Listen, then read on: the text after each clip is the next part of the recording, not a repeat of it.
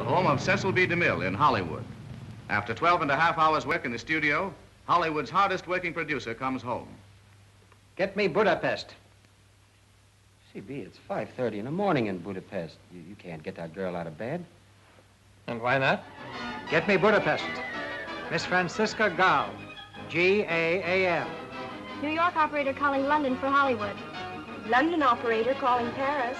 Ici Paris. On demande Budapest. Hello? Francisca Gall.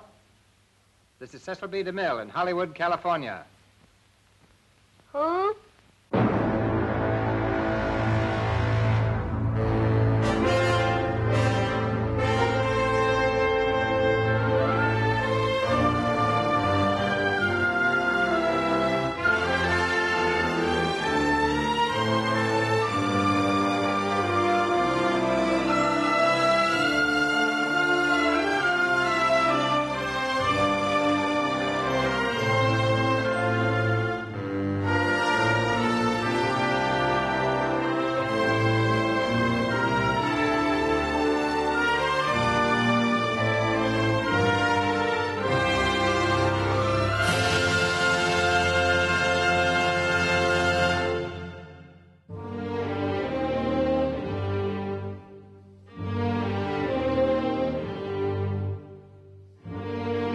By 1931, Cecil B. DeMille was virtually an outcast of the industry he had helped to found.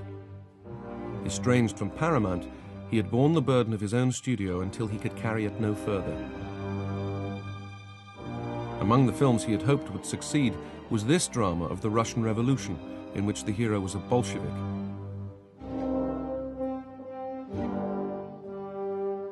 Failing to find work in America, he had come to Russia. He reached no agreement with their studios, but he did describe communism as a fascinating experiment. "I have had perfect freedom, have been everywhere," he wrote.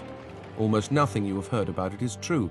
There is more drama in one block on a street in Moscow than I have ever seen in an entire city anywhere else." DeMille returned to find America in the grip of the Depression. Millions were out of work. People who once lined up like this for a DeMille film were finding the movies too expensive.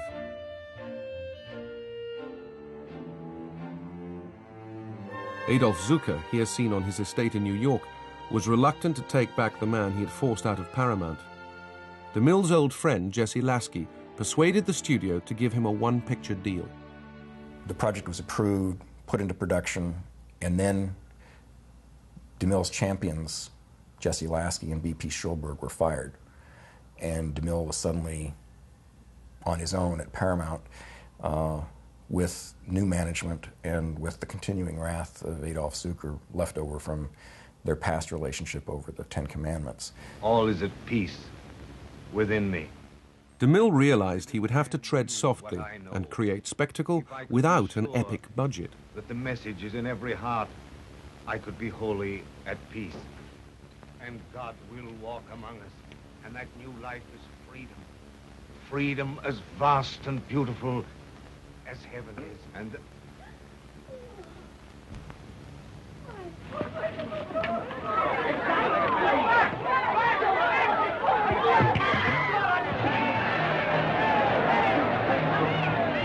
Desperate for a success, he had chosen a subject combining religion and Roman orgies. And then he finally hit on the formula of extreme religious fervor and interest in God with extreme sexuality. And of course, it's almost irreplaceable as a combo. This torture's so sweet.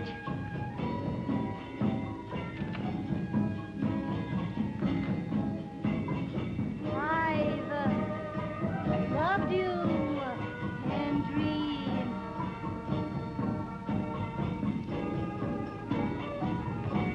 DeMille was treading a fine line between what audiences might condemn and what they would revel in. The Sign of the Cross was one of the films that led to an increase in censorship. After it, DeMille would have to be far more subtle in his treatment of sex, as in this scene from Cleopatra. Sign of the Cross, however, would be packed with provocative moments. sometimes I think he put a couple in, knowing they would cut it, but say, but I'll cut that, but you got to let me have this. The film's most celebrated moment, a bath of ass's milk enjoyed by Claudette Colbert. And down below on the floor, he had pipes that they blew air through, and the bubbles came up.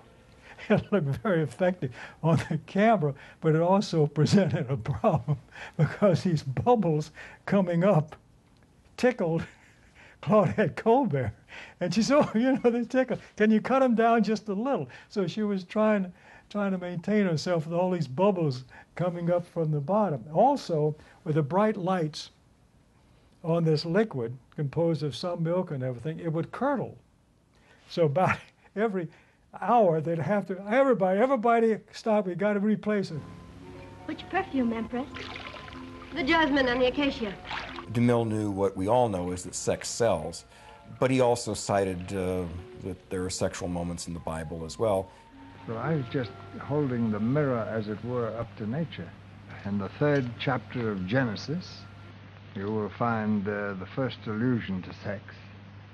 And in Genesis, Exodus, Leviticus, Numbers, Deuteronomy. He could do a lot of that in the name of religion and get away with it. It was okay. There's no doubt. He takes it and he ups it to a certain extent. He pushes the envelope on it, and he sees, I think to a certain extent, commercially seeing how much he can get away with. The eroticism in the film is overt. There's no doubt.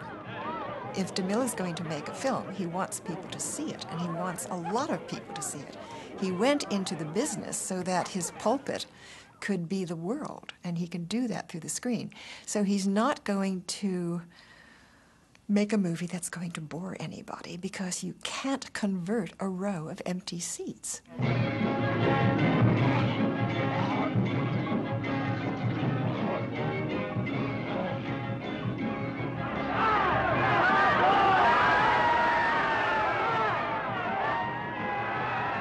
Despite all the censorship threats, nothing was lost, and the film proved a colossal hit. He was a phoenix, essentially, who rose from the dust by being given a second chance at Paramount to make pictures. And perhaps it was a new conservatism and a sense of safety in making bankable box office motion pictures that resulted in the change in look and texture and in tone from the films of the silent period to those of the sound era. DeMille's reputation soared, and his success ensured he would stay with Paramount for the rest of his career. Ladies and gentlemen, I just left the set of Cleopatra, and I'm bringing the set and the artists with me. This is Mr. Henry Wilcoxon, who is Mark Antony, and a very wonderful one.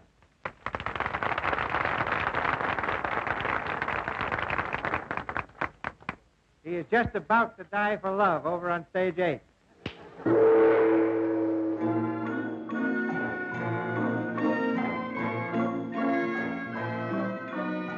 I was to be naked dancing on the back of a bull live. And that took me aback, because very little you can do on the back of a bull but cling. So I got off and I started doing a dance. And then Cecil said, oh, no, this won't do. There's no sex. There's nothing. It is no excitement. This wouldn't seduce anybody. And he said, this wouldn't seduce me. He turned to the censor who was there to see that we didn't do anything so dirty it wouldn't be allowed on the screen. He said, would that arouse you? And the man said, hell no. He wanted a sexy dance. And she didn't want to provide a sexy dance. She wanted to provide a historian's beautiful composition of an Egyptian dance. Cecil said, well, I want the kind of dance we had in Sign of the Cross, a lesbian dance. I said, I thought that was one of the funniest things I ever saw. And he said, well, baby, that's the kind of humor we're looking for.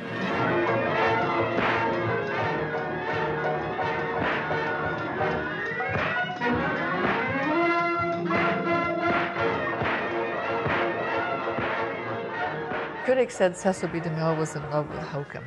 Sure, probably so. I don't think he ever made a picture except for his religious epics that he didn't have a little tongue-in-cheek, that wasn't fun for him to do. I think DeMille would agree that he could be crass. That was part of showmanship.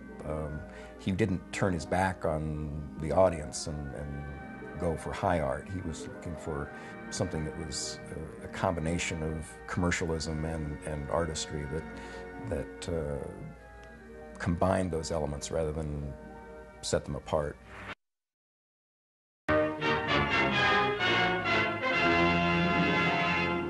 Broadway thrills to a new motion picture, little realizing the months of effort by thousands of workers that went into the making of these 2 hours of entertainment. Take the lid off. Oh. The Roman Senate will get a thrill today. All right, cut. You're asleep. You're dead. There's no life in you. When you see these things, those are studded with precious stones. They're the wealth of the Indies. They're the wealth of Egypt. That's Cleopatra's coronation robe. React to that. Let me see it in your faces. Let me hear it in your voices. The gasps of, oh, ah, and so forth. He was one of the best because he was so involved with the detail. A lot of directors would never do some of the detail work that Mr. DeMille did. DeMille was one of the first to understand the value of preparation in films and the development of artwork as a guide for building sets and establishing lighting patterns and also the staging of action. We had a library at Paramount, and he had access to everything in the library. He had artists' drawings that were just like renderings of beautiful paint. His drawings had to be as he saw it, and so the props had to be absolutely perfect. This sword that the property department sent over. Look. I mean, is that what I'm going to fight a battle with in Roman history? Here, I brought one down from my own collection to show you. DeMille was a stickler on research. Everything had to be right. You might bend history a little bit, but what you showed had to be accurate. Mind you, we all know that what we saw on the screen was supra, in the sense that it was far better and more sparkling and bigger and in every way than it probably was in life. But that was his secret, is that he blew everything up that was just larger than life, and it made it far more interesting.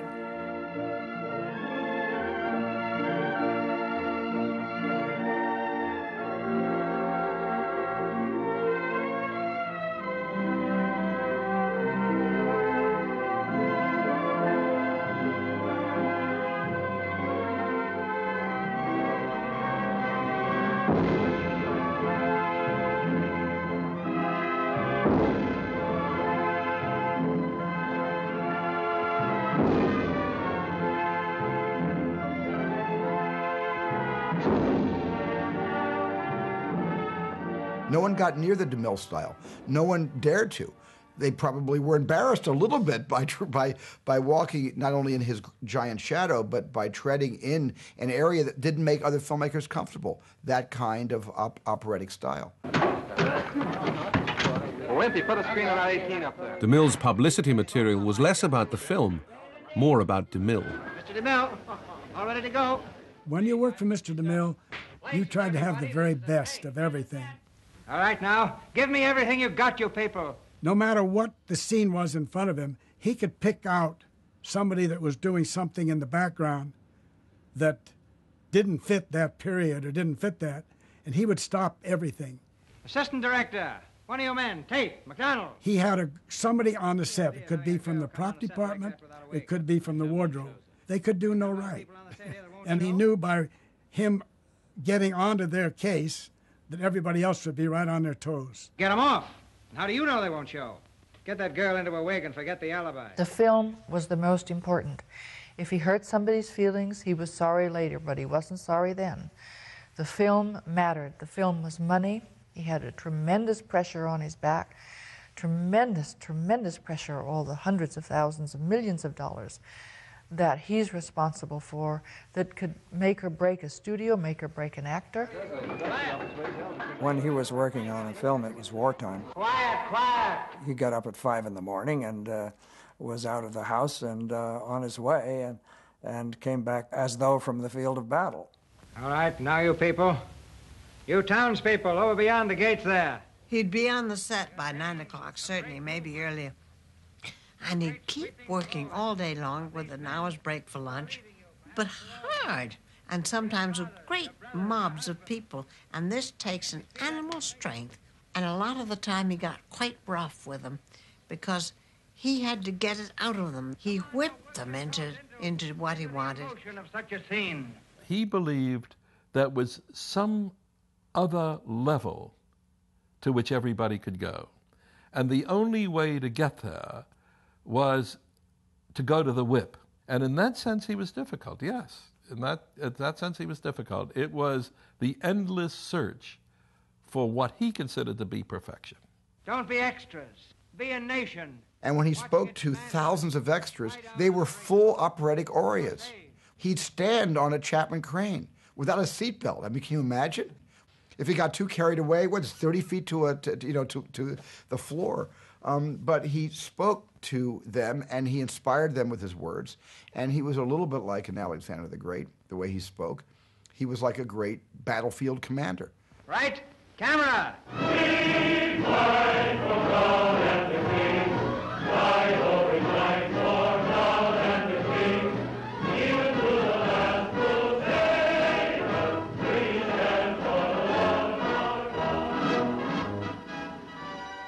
Cut. How was it? DeMille was a rather shy man. He had a persona at home and a persona at the studio. Shy men do not make motion pictures. They do not yell at 20,000 people. They don't get their way as easily as men with great bravado. In a social setting, he was a little uncomfortable because there was no script or structure, you know. He didn't like to go to parties because he wasn't in charge of them. He was not the director of the party. He liked to be on a stage with hundreds of people where he was the boss. In this lies the whole key to the DeMille character. The actor who believed totally the role he was playing at the moment that he was playing it. When he sat in the bosom of his family, he suddenly became the pillar of the American family. That was one important role. The other role was the rather flamboyant figure, the showman. We give you that outstanding figure of the motion picture world, Mr. Cecil B. DeMille. Greetings from Hollywood, ladies and gentlemen. DeMille became a radio star in 1936. He was host of the Lux Radio Theatre, which featured most of the biggest stars of Hollywood. It attracted an audience of 30 million. It was something we all listened to every week. We listened to it because of the kinds of people he had. I mean, you know, all the great movie stars at the time. But in the course of doing it, what we got to know was that voice. The lights overhead in the Lux Radio His Theater voice was just part of the fabric of American life. I think one of the fascinating aspects of the life of Cecil B. DeMille as a motion picture maker was also as a baron of American popular culture. He was Mr. Hollywood, as he would introduce each program. That aspect made DeMille even bigger than life. That fashioned him as a storyteller to America.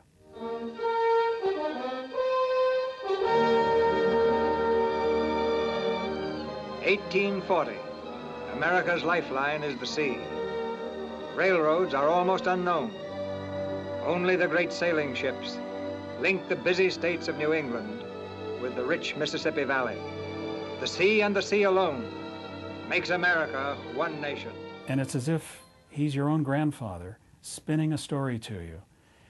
And you love not only hearing the story, but you love hearing your grandfather tell the story and being magically taken up into his arms to hear the rest of it. DeMille favored stories about the colorful history of America. America's past is full of hidden chapters, Stories of adventure and romance that never reach the school book. It's a story of empire and empire builders. Men and women who built a nation out of earth and blood and stone. DeMille absolutely loved the country he was born in. He was very proud of his country and of being an American, and he was madly in love with history. He showed the expansion of the West, the battle to unite America with the Transcontinental Railroad, heroic exploits in the rugged wilderness of Canada, the struggles of the pre-revolutionary settlers,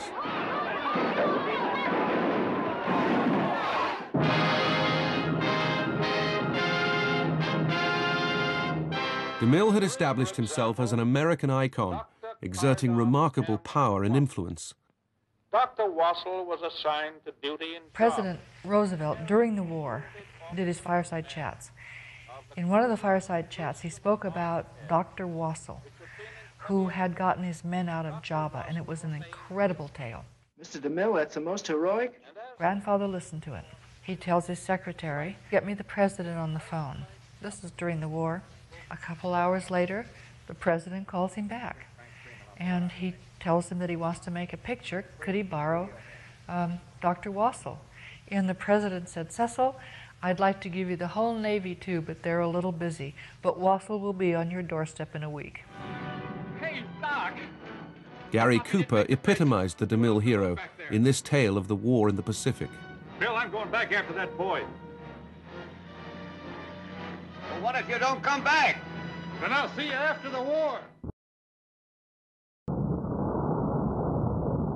With the end of the Second World War came the start of the Cold War and the appearance of a new enemy.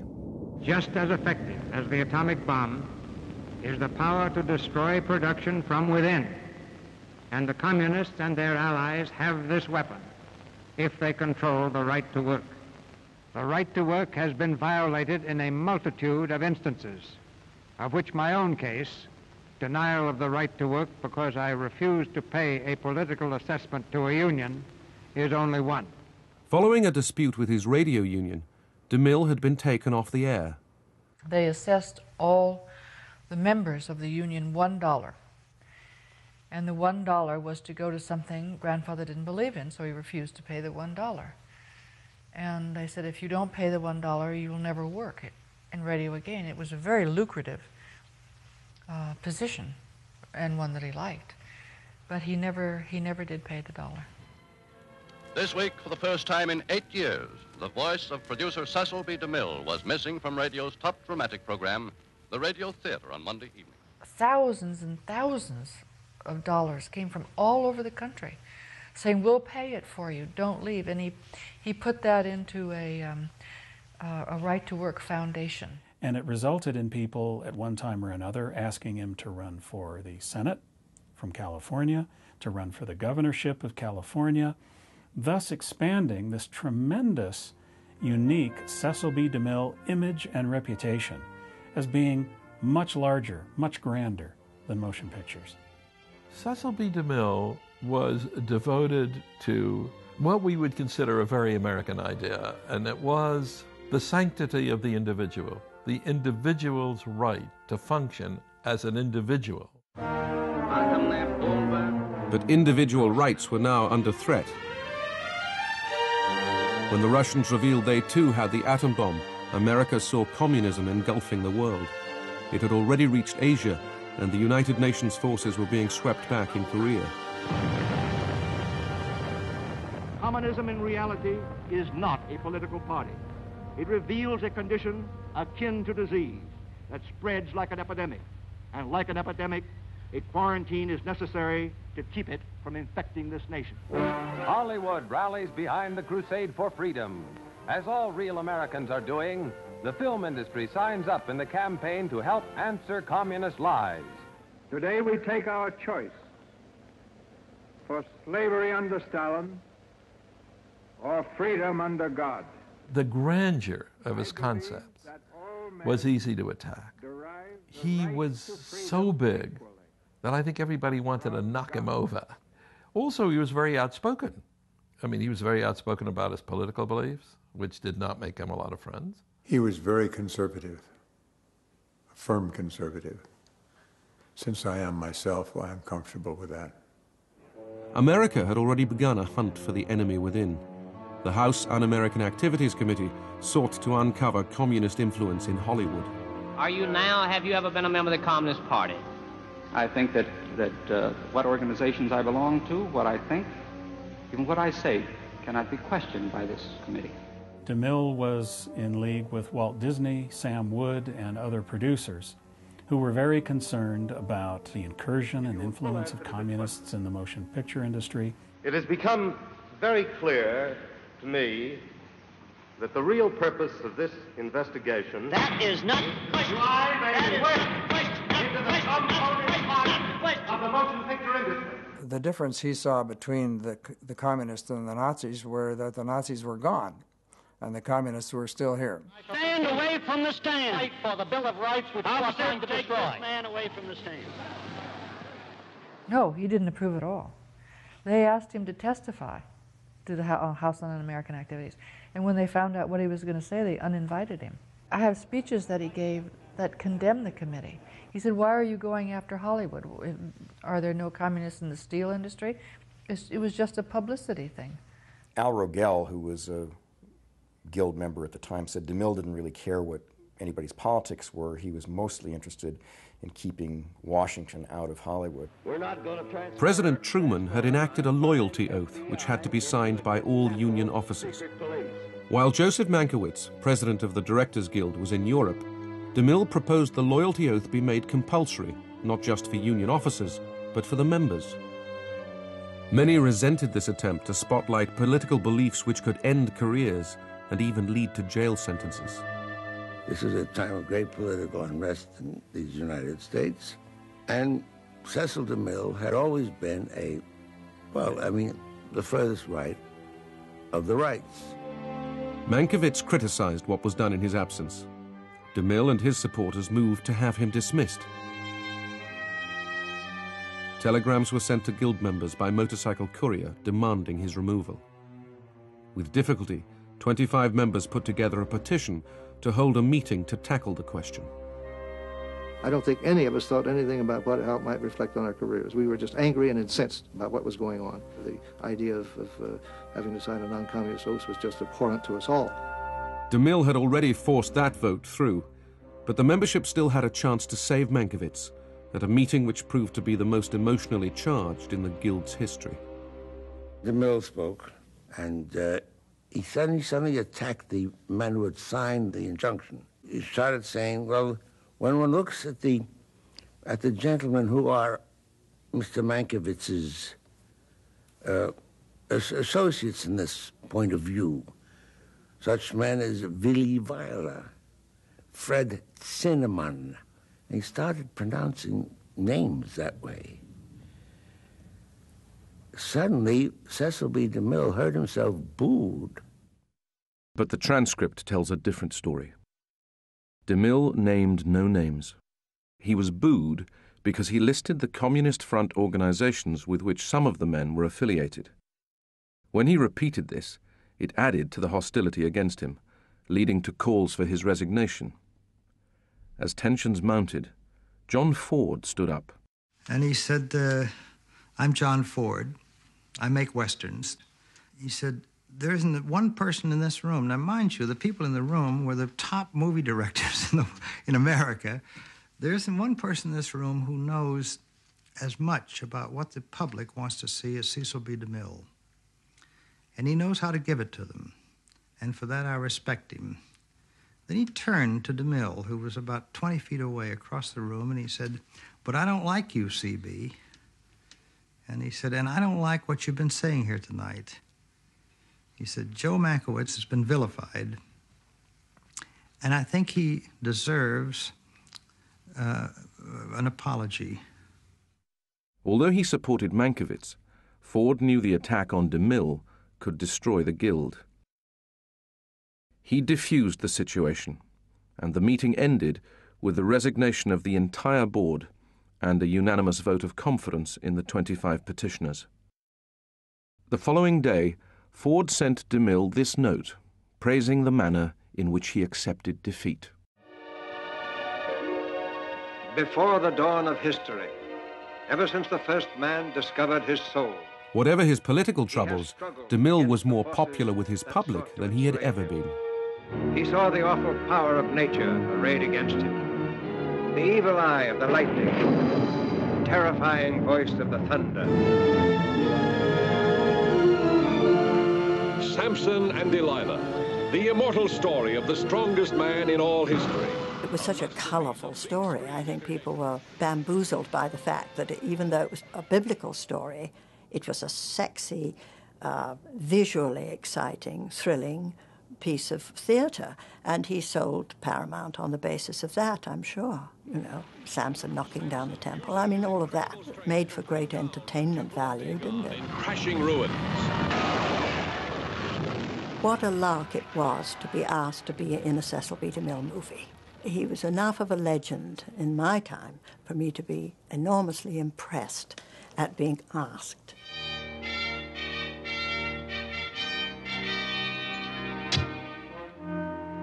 That's a good throw. But the lion's heart's at the other end. We were laughing up our sleeves. Yes, we were.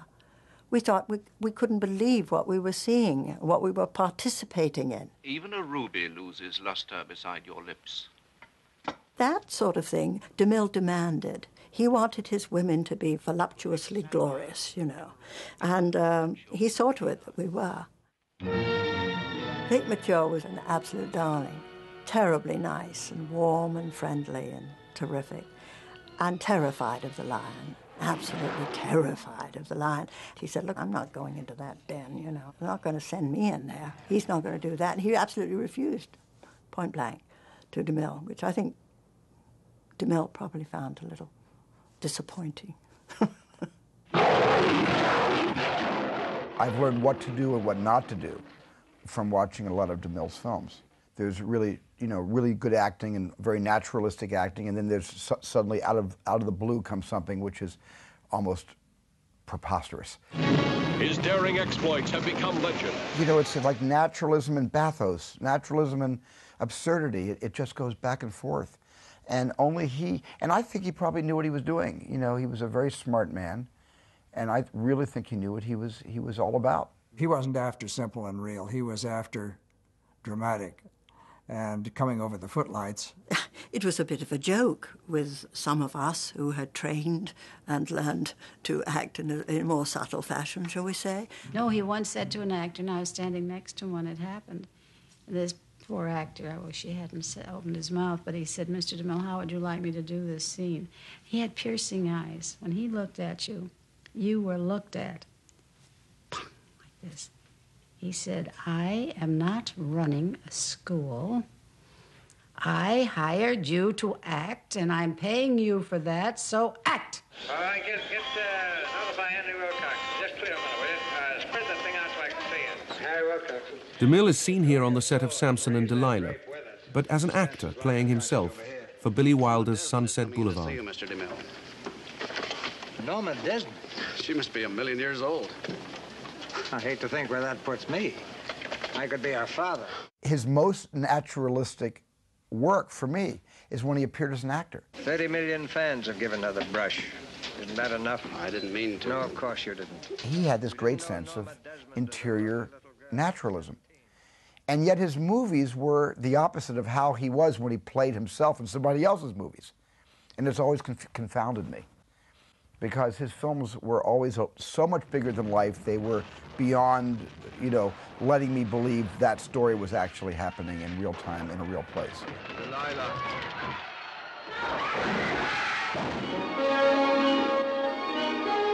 But his next film would be much more realistic. For the climax to his Americana films, he turned to a love from his childhood.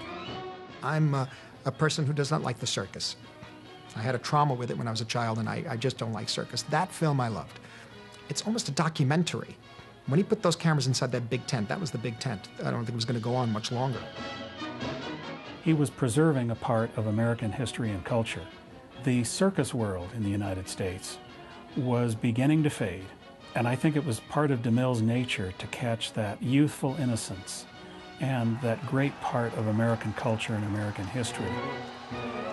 One of the thousands standing in line to see the film was Steven Spielberg, aged 4, whose father had promised him a trip to the circus. It was my first movie, and my dad took me to, we sat in these seats, and there was a large red drape or a curtain. And the curtain eventually, when the lights went down, the curtain opened, and I was waiting for the circus that my father promised me. And instead, when the curtain opened, it was a flat picture in color. And that was the circus. That was the betrayal, and that was the great lie that became the greatest inspiration any kid could ever hope for, which is to lose your virginity to Cecil B. DeMille. At Paramount, DeMille dominated the industry as no director before or since. He made millions for the studio and brought it enormous prestige. He was the mountain in the logo, and his name meant as much as any of the stars in the picture. DeMille was so important at that time, we could have called a studio the DeMille Studio, and everybody would have been happy. Within Paramount, DeMille had his own kingdom, attended by a devoted crew of loyal followers. And he oftentimes wore boots, and he'd walk down the hallway, and you'd hear him coming, and everybody would, here comes Mr. DeMille, and the staff would all fall in behind him, and they'd march to the commissary. His guests at the table, if you were privileged to have lunch there, as I was on many occasions, there would always be somebody like Billy Graham or Cardinal McIntyre or Rabbi Magnan. Conversations would be profound. There were Bibles on either end of the table, just in case a quote was called into question, although I don't ever remember them being used. But you were a courtier at that table, there was no question. DeMille was extremely loyal to his crew, who had worked with him for years. When he won his first Academy Award for The Greatest Show on Earth, he returned to his office to share the excitement. He always gave credit to everyone on his staff, everyone on his crew. That's why everybody loved to work with him. It was like a DeMille stock company. He used the same people over and over again because he knew that he could depend on them. I was very much aware that there were certain old-timers that he gave employment to and used in the later films, which I think was a lovely quality of his, that he kept those people going. He had a degree of kindness that when someone worked for DeMille at the studio in his bungalow, that was his crew, and you worked for him forever. Amongst the veterans is Ann Borkins, who has edited every DeMille film since 1918. Henry Wilcoxon, who first worked with DeMille in 1934 and is now his associate producer. He would gather all these together for one final, vast undertaking.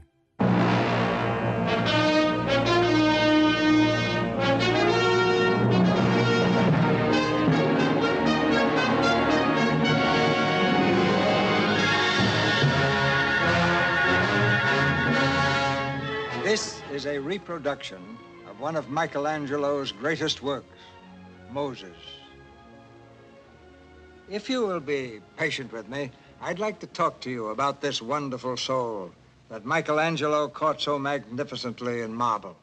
Now notice the likeness to Charlton Heston, who plays Moses in the Ten Commandments. One of the reasons DeMille felt comfortable with a project as mammoth as the Ten Commandments was Chuck Heston. Charlton Heston had worked for him in The Greatest Show on Earth. Heston was a virtually unknown actor when he encountered DeMille on the Paramount lot. And I thought, well, I have been introduced to him after all. I thought I'll wave as I go by. So, and I did. And I waved and he nodded. And I was told later that he had a secretary, and he said, who was that? And she looked through her book and said, that's Charlton Heston. He just did a picture for Hal Wallace, Dark City.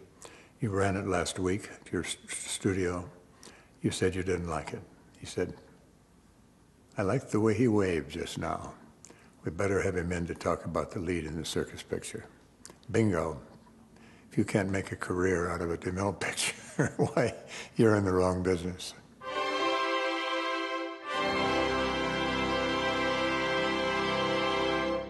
The theme of this picture is whether men are to be ruled by God's law or whether they are to be ruled by the whims of a dictator like Ramesses. Are men the property of the state, or are they free souls under God? This same battle continues throughout the world today. There was a political issue when he made the Ten Commandments. Communism was something he hated, and Ramses, to him, represented the dictator. While I was working on the Ten Commandments, I was identified in one of the Hollywood publications as a communist who had not come forward to either confirm or deny this charge. And of course, in those days, it was a charge because if you were a communist, supposedly you couldn't work in this business. Anyway, DeMille called me into the office. He said, "Are you a member of the Communist Party?" I said, "No, I'm not," which was the truth. He looked at me for a while, sort of made up his mind about me. That was the end of it at that time. And I stayed on the film, as did, by the way, Olive Dearing and Edward G. Robinson, who were under the same cloud. But he was willing and able to trust his own judgment, and something which is unusual today. The Ten Commandments was to be the most expensive film yet made. It would run almost 4 hours. To keep this epic production under control, DeMille went to incredible lengths to prepare everything in advance. He spent years in preparation because he said the cheapest part of making a film is writing time, preparation time. Once you're on the set, the whole thing becomes terribly expensive. So you must do it all now. Everything must be in that script. I could give you an example by reading you the Ten Commandments. The gong slave swings with all his might against the bronze slab. The heavy basalt sledges swing down in unison and crash against the timbers, knocking them free. The loops of the restraining hawser fly loose from the ratchet timbers amid a groaning, grinding thunder, like a mountain starting to shift. 2,000 slaves on the ropes.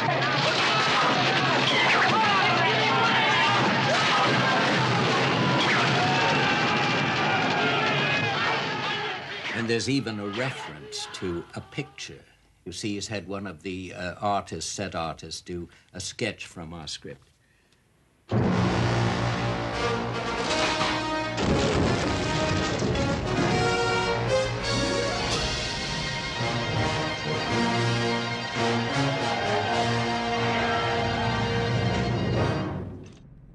Unlike DeMille's silent version, locations for this entirely biblical film were to be shot in Egypt.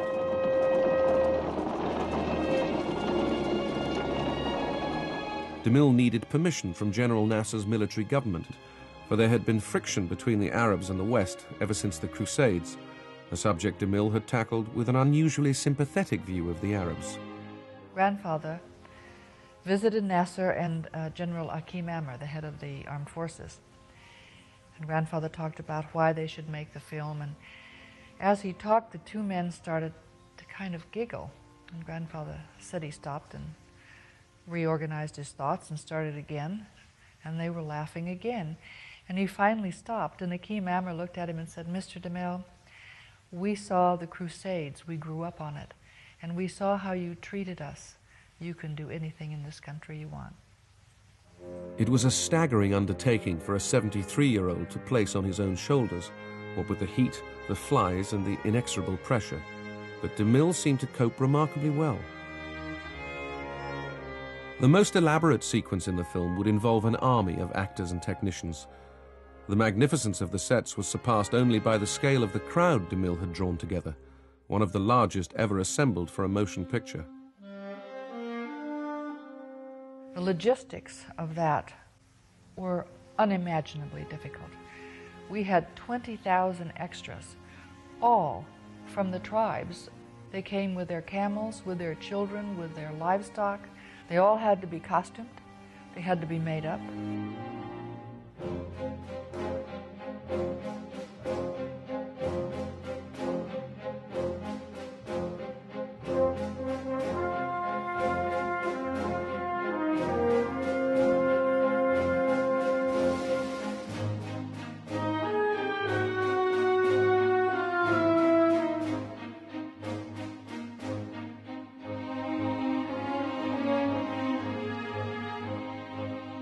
people that were there, that worked on this film, that got that job done, they all should have been knighted.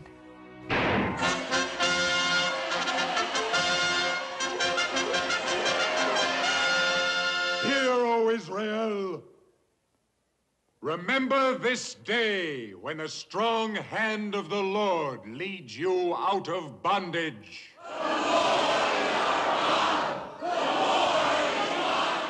Moses brings his staff down on the ground, and these thousands of Hebrews march off at a very slow, stately pace.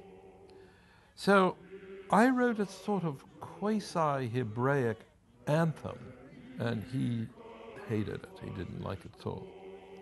He said, "What's wrong with it?" He said, "It's too slow." But he used as an example for pace was "Onward, Christian soldiers." It was a very ecumenical idea because we had all these Hebrews being played by, you know, members of the Egyptian army marching off to "Onward, Christian soldiers."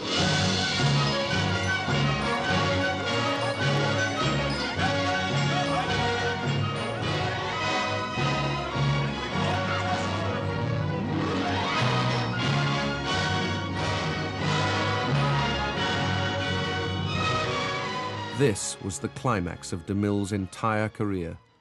Yet at the moment of his triumph, climbing a ladder to a camera platform, he suffered a massive heart attack. It was terrible. We got him down, got him home, called in the doctors. It was a serious heart attack. Mother took charge, and with the help of all the people who were wonderful, with Mother leading, the film never lost a beat, never lost a day's work. It took him a week, but he was up and running, and it truly was a serious heart attack. Very, very frail. He believed in the picture. He was a very religious man and believed that God would see him through. DeMille flew back to California with Charlton Heston, making out he had simply had an attack of dysentery. His colleagues tried to make life easier for him, but with 2 years of relentless pressure ahead, he could not possibly relax. Grandfather and I were alone one night, and I said, "Grandfather, what's wrong? You look worried." We were in the middle of making the Ten Commandments. He said, "Cecilia, you can't imagine the weight that is on my shoulders, and tonight I just feel it especially." So many people, so many lives wrapped up in this. Everyone felt that there was sort of a mission involved with this movie. Everyone wanted to give 110%. I think the fact that we had so many nuns and priests and religious dignitaries come on the set every day, I think that also put an aura of importance, that this is not just another movie. I can only give you the impression of a 13-year-old kid sitting in that audience, and when that curtain opened and that music starts, it was such a wonderful theatrical experience. And the music for me is so extraordinary. The first thing that comes to mind is the death of the firstborn, and how that begins with the cloud coming out of the sky and sort of a finger coming down. And you can almost taste the color. And that beautiful flow of poetic and kind of dreamlike images. And how the mist on the ground slowly goes across the terrace and attaches itself to the ankle of one soldier, and the soldier just collapses. Absolutely stunning.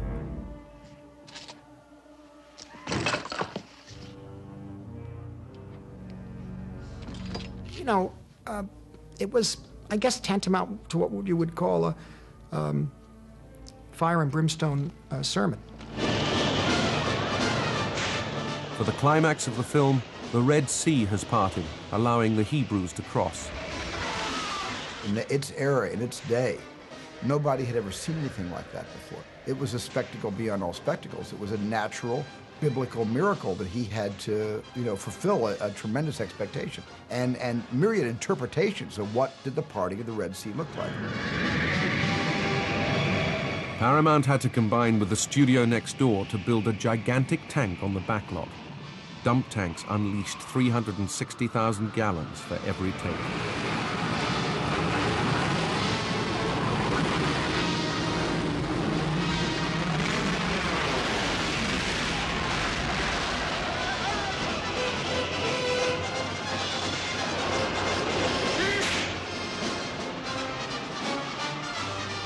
And he probably gave us the most chilling and awesome special effects anybody had ever seen up to that time in the early 50s. Better to serve the Egyptians than to die here. Who shall withstand the power of God?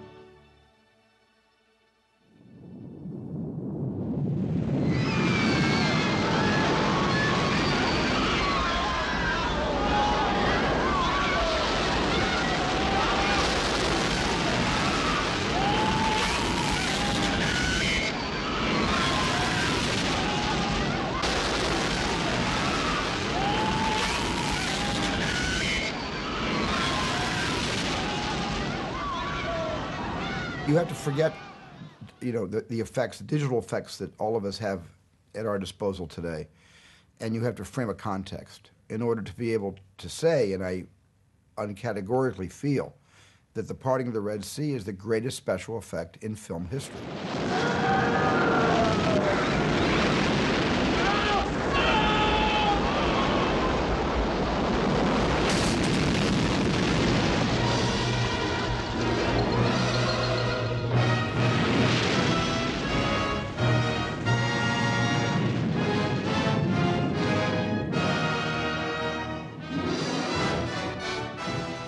He knew what he wanted. His vision was clear. It was grand. He was willing to take risks. He had the vision. He was unique. I think there's a sense we all had that we were never going to have that kind of experience again. If you could read the letters that I received, thousands and thousands and thousands of them, you would understand why I made the picture and why I take no financial reward for it. Letters from children and all ages, up to 96. People that say, this picture has made God real to me. Cecil DeMille did the most extraordinary thing, absolutely unprecedented. He took his share of the Ten Commandments and made sure that the people, crew members, artisans, who did work on the Ten Commandments, who made that movie what it was, the success it was, that they would receive royalties. It was spoken about all over the industry that this generosity just had never been done before. I must say that I really felt a personal loss when Mr. DeMille passed away.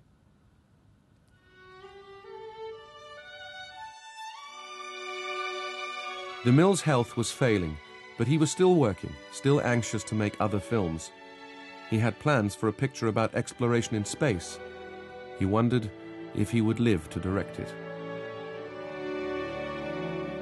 Another picture or another world. He didn't have anything else to do but make another picture after that, so it didn't matter about his expectation. What mattered was that's what he would do, or he would go to the other world, and how it came out was in God's hands. Cecil B. DeMille died on January the 21st, 1959.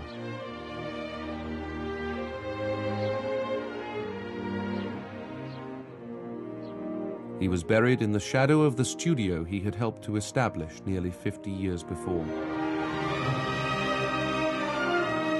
More than anyone, DeMille epitomized Hollywood, and he was the most famous and consistently successful director in film history. He had seen Hollywood dominate the world. He left it looking like this. He had come to it when it looked like this.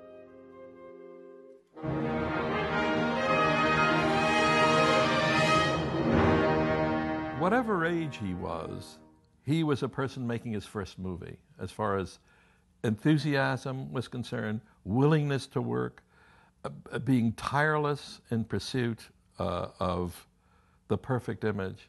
You made everything a project that you put your whole soul into. And I think that was the secret of his success. He got people so worked up about every film. It was going to be the greatest film ever made. and they were going to be a part of it. And oh my God, to be a part of DeMille was a terrific privilege. He was the gold standard for filmmaking at the time. Cecil B. DeMille created the Hollywood movie, and it's his vision that Hollywood pursued. After he died, I had a dream showing me on the veranda at my childhood home, and from up above where Father used to take sunbaths, a gorilla came hurtling down and crashed on the pavement in front of me. And I hoped the gorilla wouldn't see me because I was afraid of him. But then I saw that he was wounded, and I felt sorry for him. And I didn't want him to die because I loved him very much. It's very gracious of you to receive me in your homes tonight. It moved me very deeply, and I hope that I may be worthy of the trust that you've put in my hands for almost half a century.